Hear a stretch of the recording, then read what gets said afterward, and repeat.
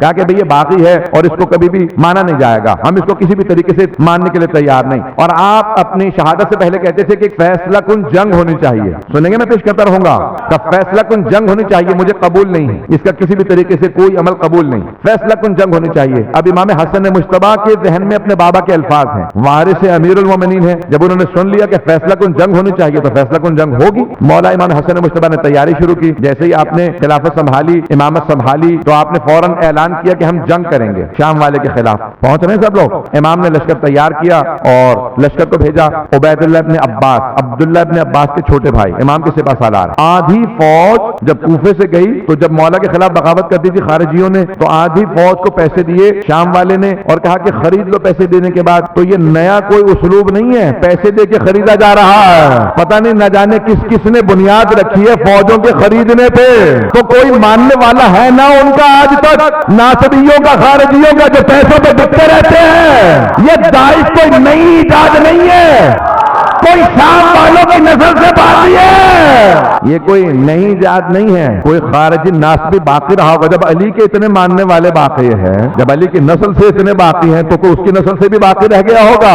وہی داعش کا باپ ہے, اس نے داعش کو بنایا. تو جانیں گے یہ جناب امام حسن مجتبیٰ نے تیار کیا کہ کوفے والوں مقابلے کے لیے چلو. توجہ ہے لوگوں کی میرے ساتھ. اب جو جہاں جس جگہ مل جاتی ہے وہاں بیٹھ جائے. باہر بھی بہت سے لوگ بیٹھے ہیں, میں جلدی چل رہا ہوں, مجھے مطالب کو پیش کرنا ہے. صلح امام حسن سے متعلق میں پوری مقدمہ بنا کے تمہید آپ کے سامنے بات رہا ہوں تاکہ واضح ہو سکے صلح کن شرائط پہ ہوئی. آدھی فوج نے پیسے لیے اور اپنے طرف کو بدل لیا, اس طرف سے اس طرف چلے گئے. جب امام حسن مجتبیٰ کو پتا چلا, آپ نے کہا پھر بھی میں جنگ کو نہیں روکوں گا. کوئی یہ نہ سوچے, حسین کے پاس 72 تھے, مقابلہ کر رہے تھے. امام حسن مجتبیٰ نے کہا اگر 20 افراد بھی میرے ساتھ ہوں گے مقابلہ کروں گا. وہ جو آدھی فوج رہ گئی تھی ان میں سے بھی آدھی فوج کو خرید لیا گیا, یہاں تک کہ سپہ سالار خود شک میں آ گیا. وہ سپہ سالار عبید اللہ ابن عباس کا پتہ نہیں امام کس حد تک آگے جائیں گے. یہاں تک امام کے ساتھ ہوا ہے کہ امام اپنے خیمے میں تنہا نماز پڑھ رہے تھے. آپ نے سنا ہے نا کہ حر نے جب راستہ روکا تھا امام حسین کا, اور جب نماز کا وقت آیا تو جب پانی امام نے پلا دیا تو امام نے کہا نماز کا وقت ہو گیا, تو اپنے لوگوں کے ساتھ وہاں نماز پڑھ لے, میں یہاں جماعت پڑھاؤں گا. تو حضرت حر نے کہا کہ آپ کے ہوتے ہوئے میں نماز پڑھا سکتا ہوں. میں دیکھیے عجیب و غریب مزاج ہے نا, کہ ابھی یہاں پانی پیا, یہاں نماز پڑھی, وہاں پہ راستہ روک لیا. اس زمانے کا کوفہ ایسا تھا, آج دنیا ہی کوفہ بنتی چلی جا رہی ہے. نہیں پتہ نہیں بات واضح ہے یا نہیں, کہ یہاں پہ امام کا احسان لیا, وہاں پہ فوراً امام کے مقابلے میں آ گیا. لیکن امام حسین علیہ السلام نے طریقہ کار کیا اپنایا, اس کو صرف ایک جملہ کہا, سکلت قومک, تیری ماں تیرے غم میں بیٹھے. اشارہ کر کے آگے بڑھ رہا ہوں. امام نے کہا تیری ماں تیرے غم میں بیٹھے. اکثر لوگ یہ سوال کرتے ہیں جب امام جانتے ہیں اپنے علم امامت سے, اب امام کا علم ہمارے علم کی طرح سے نہیں ہے, امام جانتے ہیں کہ یہ میری طرف آ جائے گا, تو پھر کیوں اتنی بڑی بات اس کو کہی کہ سکلت قومک, تیری ماں تیرے غم میں بیٹھے. اور اس نے بھی, حضرت حر نے بھی پلٹ کے یہی کہا نا کہ حسین اگر کسی اور نے مجھے عراق میں یہ لفظ کہا ہوتا تو میں انہی الفاظ سے پلٹا دیتا, لیکن مجبور ہوں, آپ کی ماں زہرا ہے. آپ سوچئے جناب سید الشہداء نے کیا کیا. سید الشہداء نے وہ کمال کیا کہ حر کو مجبور کیا یہ سوچنے پہ کہ حر کس پہ ہاتھ اٹھانے جا رہے ہو, یہ زہرا کا بیٹا ہے, یہ زہرا کا بیٹا ہے. جناب حر نے وہیں 2 محرم سے سوچنا شروع کیا, اور پھر اپنی صرف یہ سوچ کے کہ فاطمہ زہرا سلام علیہ کے بیٹے پہ ہاتھ نہیں اٹھا سکتا, اپنی طرف کو بدل لیا. اب وہاں پہ وہ افراد جو جناب امام حسن مجتبیٰ کے سامنے آئے تھے وہ مسلسل آہستہ آہستہ اس طرف جا رہے ہیں. امام حسن مجتبیٰ دیکھیں, حر بھی 1000 کے لشکر کے ساتھ امام حسین کے پیچھے نماز پڑھ رہے ہیں, لیکن شام والے یا کوفے والے جو امام حسن مجتبیٰ کے زمانے میں تھے, امام تنہا اپنے خیمے میں نماز پڑھ رہے ہیں, تنہا نماز پڑھ رہے ہیں. میں کل تفصیل سے پیش کروں گا باقی چیزوں کو. تنہا نماز پڑھ رہے ہیں, اور اس دوران بھی چند افراد امام کی نماز کے دوران امام کے مسلح کو کھینچ لیتے ہیں. مسلح کھینچ لے گئے, کہا کہ نہیں ہم جنگ نہیں کرنا چاہتے. بہت بڑا جو المیہ تھا اس زمانے میں کہ جناب امیر علیہ السلام لوٹنے نہیں دے رہے تھے, کہا کہ نہیں, مشرکین و کفار کے مقابلے میں جاتے ہیں تو اس کے اسلوب اور ہوتے ہیں, منافقین کے مقابلے میں اسلوب اور ہوتے ہیں, اور کئی تو مسلمان ہیں جو دھوکہ کھائے ہوئے آئے ہیں. معاویہ کے جو جتنے بھی فوج میں آئے, مولانا نے کہا یہ سب کے سب کفر اختیار کیے ہوئے ہیں جنہوں نے اسلام کا لبادہ اوڑھ رکھا ہے, اور جو اس سے پہلی جنگ میں آئے تھے کہا وہ کسی خاتون کو دیکھ کے دھوکہ کھا گئے ہیں مسلمان لیکن دھوکہ کھائے ہوئے ہیں. وہ سمجھتے ہیں خاتون حق پہ ہو سکتی ہے, انہیں حدیث پیغمبر یاد نہیں, علی مال حق. اگر بات پہنچ رہی ہو اس زیادہ کھول کے نہ کہلوائیے گا. وقت امام حسن مجتبیٰ کی آہستہ آہستہ ساری فوج نے اپنا راہ بدل لیا, سوائے آپ کے گھر کے چند افراد کے کوئی ساتھ نہ رہا. اس وقت شام والے نے پورے صف سفید کاغذ پہ دستخط کر کے بھیجا کہ جو چاہیں آپ شرائط لکھ لیں، میں صلح کے لیے تیار ہوں. ایک بلینک شیٹ کے اوپر اس نے دستخط کر دیے، کہا پورا سفید کاغذ میں دستخط کر کے بھیج رہا ہوں، جو چاہیں آپ شرائط لکھ لیں. امام نے کہا میں پھر بھی صلح پہ تیار نہیں ہوں. اب وہاں پہ اشرف کندی جیسے افراد، چند افراد رہ گئے، کہا کہ نہیں، جب وہ آپ کو کھلم کھلا ایک خط پہ لکھ کے دے رہا کہ جو شرائط ہیں لکھ لیجئے، تو پھر آپ کیوں صلح نامے پہ دستخط نہیں کرتے؟ امام نے کہا تمہارے کہنے پہ دستخط کر رہا ہوں، شرائط میں لکھوں گا، لیکن آج سے قسم کھا کے کہتا ہوں یہ تمام شرائط کو پامال کر دے گا. عزیزان گرامی، کبھی بھی آپ سے کوئی اعتراض کرے کہ امام نے صلح کیوں کی، کہ صلح سمجھنا چاہتے ہو تو شرائط کو پڑھ لو، صلح سمجھ میں آ جائے گی. نہیں پہنچا پا رہا ہوں اس بات کو. امام کی شرائط کو پڑھ لیں، صلح آپ کو خود سمجھ میں آ جائے گی. امام نے کہا پہلی شرط، معاویہ میں تجھ سے صرف اتنا کہتا ہوں کہ قرآن کے مطابق اور سیرت رسول خدا کے مطابق عمل کر. امام کا یہ شرط رکھنا بتا رہا ہے کہ نہ وہ قرآن کو مانتا تھا سیرت رسول خدا کو. 5 شرائط رکھی ہیں امام نے. اگر شرائط پیش کروں گا سب غور سے سنیں گے. امام نے پہلی شرط رکھی، کہا کہ جو کچھ تو انجام دے گا حاکم کی حیثیت سے قرآن کے مطابق اور رسول خدا کی سیرت کے مطابق. یہ پہلی شرط رکھنا بتا رہا ہے کہ اس نے سب کچھ پامال کر دیا تھا، نہ قرآن کو مانتا تھا نہ سیرت رسول خدا. دوسری شرط، امام نے کہا کہ خلافت تیری نہیں ہے، خلافت ہماری ہے، یہ اللہ کی نمائندگی ہے، حجت خدا صرف حکومت کر سکتا ہے، تیرا حق نہیں بنتا، یہ حکومت میری ہے. جب تو مر جائے تو اپنے بعد اپنے بیٹے یزید کی خلافت کا اعلان نہیں کر سکتا. اگر مجھے زہر بھی دے دیا جائے تو میرے بعد میرا بھائی حسین وارث ہے. بھئی امام کی شرائط کو دیکھیں آپ. میں بھی سب کی وضاحت اگر کوشش کروں گا پیش کروں تو امام نے کہا میرا بھائی حسین وارث ہوگا، کیونکہ مولا جانتے ہیں کہ مجھے زہر دے دے گا، یہ دلوا دے گا جودہ بنت اشد سے. تیسری شرط امام نے کہا یہ جو تو نے ایک بہت بڑی بدعت شروع کی ہے، ممبروں سے جناب امیر کی توہین کی جاتی ہے، خطبے سے امام کا نام لے کے تبرہ کیا جاتا تھا جناب امیر المومنین کا. تو ایک بات میں آپ کے سامنے پیش کر دوں، اگر کبھی آپ سے کوئی کہے نا کہ تبرہ کیوں کرتے ہو، کہا شروع ہم نے نہیں کیا تھا، شروع تمہارے والوں نے کیا تھا، ختم ہم کریں گے. تو تبرہ شروع ہم نے نہیں کیا تھا.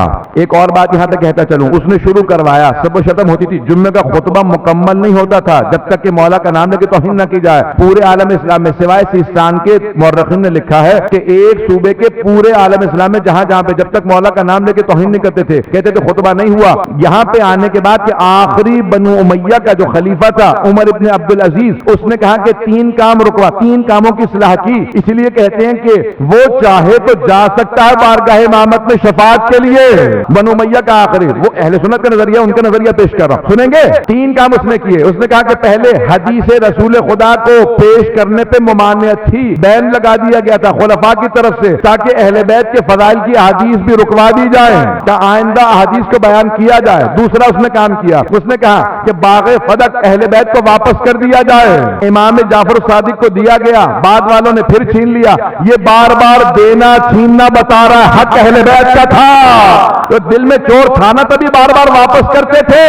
اور تیسرا کام اس نے کہا کہ جناب امیر پہ جو توہین کی جاتی ہے اس کو روک دیا جائے. کہا کیوں رکوا رہے ہو، جب تمہارے اجداد نے شروع کیا تھا رکوا کیوں رہے ہو؟ تو اس نے واقعہ سنایا. اس نے کہا میں مسجد کے باہر کھڑا تھا، مسجد کے باہر ایک آدمی نے آنے کے بعد کہا کہ میں یہودی ہوں اور خلیفہ کی بیٹی سے شادی کرنا چاہتا ہوں. اگر بات پہنچ جائے کھول کے نہ کہلوائیے گا مجھ سے، کہ یہودی ہوں تمہارے خلیفہ کی بیٹی کا رشتہ لینے کے لیے آیا ہوں. تو سارے مسلمانوں نے کہا تیری اتنی جرت، یہودی ہو کہ مسلمان خلیفہ کی بیٹی کا رشتہ مانگے؟